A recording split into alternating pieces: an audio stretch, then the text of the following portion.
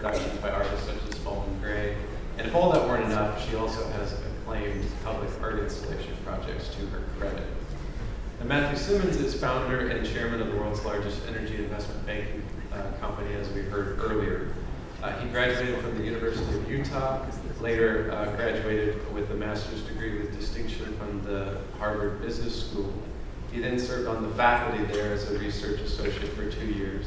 He's currently on the board of directors of the Associates of Harvard Business School and is a past president of the Harvard Business School Alumni Association. I think that's enough about Harvard for now. Matt also serves on the boards of a variety of corporate and nonprofit organizations. He's a member of the Council on Foreign Relations, was an energy advisor for President George W. Bush, among others. He's also the author of a remarkable book called Twilight in the Desert, the Coming Saudi Oil Shock in the World Economy, which I think it's fair to say is the most sophisticated and reliable effort to independently assess Saudi Arabian oil reserves, along with analysis of what that assessment implies for the future of our world. So I'll start, Nicole, with a preliminary question. At least from your bio, it seemed as if you moved straight from the it factor to Houston, we have a problem, which is not necessarily an expected transition. So how did, just as a preliminary matter, how did you come to this topic for the film? And how did you settle on the particular device of telling the story primarily through the perspective of oil?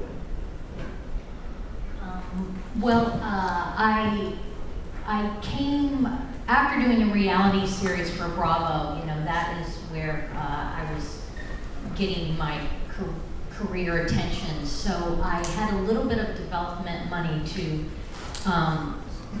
do things, and I've always wanted to do social political kind of studies through art. You know, that's really where my passion is. And so I thought, I'm going to go to the energy capital of the world, and I'm going to do something on socialites. And I know I can sell socialites to Bravo. I can sell that to some network. So I'm going to do that. And Lifestyles of the Rich and Ridiculous, set in the oil capital of the world. And so when I was there filming these women, and they're magnificent, they're very glamorous. I think Houston, Texas is the most camera-ready city in the world. Unbelievable. And the cameraman is like the accessory du jour with these socialites. So anyway, I was meeting them, and of course, many of them had oil-baron husbands. And these husbands were saying things to me about alternative energy.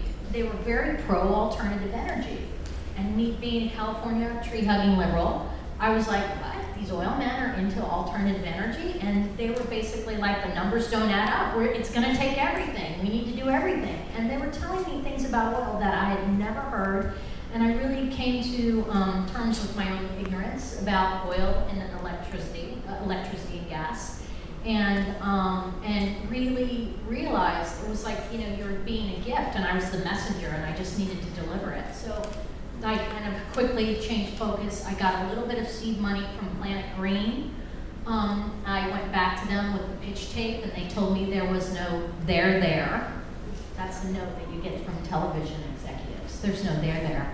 So they quickly went away in terms of funding, but I found some other funding. I self-funded it, and it all came together, and here we are. So was some of the footage that we saw from the abandoned socialite project? Yes, a little bit. The cocktail party was. Joanne Harrington was part of the original socialite. Now you start the film with this wonderful character, Bear, and his statement about the assumption that everyone is getting rich who works in the oil business, and obviously that's just erroneous. And throughout the story, there's episodes where I feel as an audience member I'm being asked to feel sympathetic. And I do, in fact, feel sympathetic to the kind of ups and downs of the independent operators as opposed to the Exxon, Chevron, Shell, mega corporations, and how devastating our foreign policy was on their business, how many 200,000 workers lost jobs. So was that, on your part, a conscious effort to try to, in a sense, personify the oil industry, to kind of take away from the demonization of the oil industry, so that we might change political perceptions and hopefully create some opportunity for new alliances? Or was that something more pragmatic, like this is just the access you were able to get? No, I think that's my thumbprint as a filmmaker for sure. I'm always looking for the heart. I think nobody wakes up in the morning and says, hey, I'm going to destroy the world. You know, I think, and meeting these oil men, I mean, and that was the fallacy. It's like my first knee-jerk reaction when I met my first oil baron was, oh, here's a real bad guy. And I did. I had that feeling, like this guy's, you know, a demon. And then I really realized his perspective, he wakes up in the morning and tries to make sure that you can keep your lights on and run your car. I mean, that's the intention here. And that's a very admirable intention. And, you know, we have to face the fact as a nation, we have polarized on this issue. To a certain degree, I feel like the environmental movement has failed. And we have polarized this. All we've done is created anger and bad guys, and we haven't come together as a nation, and that's why that is in there towards the end to solve this problem. We are addicted to oil. Everyone in this room, look to your right, look to your left. Everything is here because of oil. And now we are facing the next epic of our existence. Sorry, I'm platforming here. But the next epic of our existence where we have massive energy demand, massive population growth, and depleted resources. So because of this, we actually have to figure this one out. This is the 11th hour, and we have to do it. And I just feel like we need to come together to solve the problem. Great. Well, that actually kind of segues into my last question before I turn to Matt for a second, which is I couldn't help but notice that in terms of the kind of demographics and the cultural kind of persona of the old Wildcatters, they tended to be primarily older white men with a certain kind of blustery bravado about them. And then the new Wildcatters, who are going to help us with this energy revolution, seem to be a more diverse group, but also a kind of a more geeky, nerdy group. In some sense, self-proclaimed geeky, You're in nerdy. Silicon Valley. Right. That's for the new Right. Wildcats. So what I'm wondering is, do you think for the new energy revolution, we need more bluster and bravado? Or is geek chic now enough?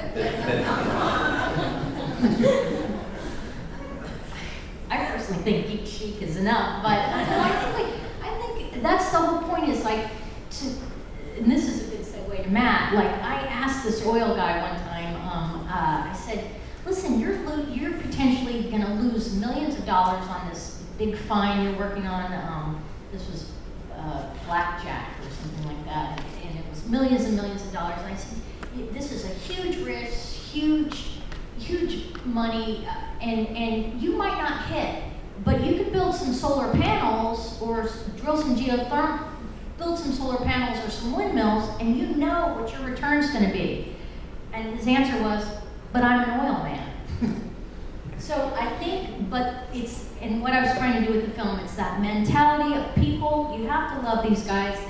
They take big risks. I think in the new frontier of this energy revolution, we are going to have to take some big risks. We're going to win some, we're going to lose some. You know, algae's either going to be a serious player in this. It's not going to be. We have to investigate, and that's what it makes America great.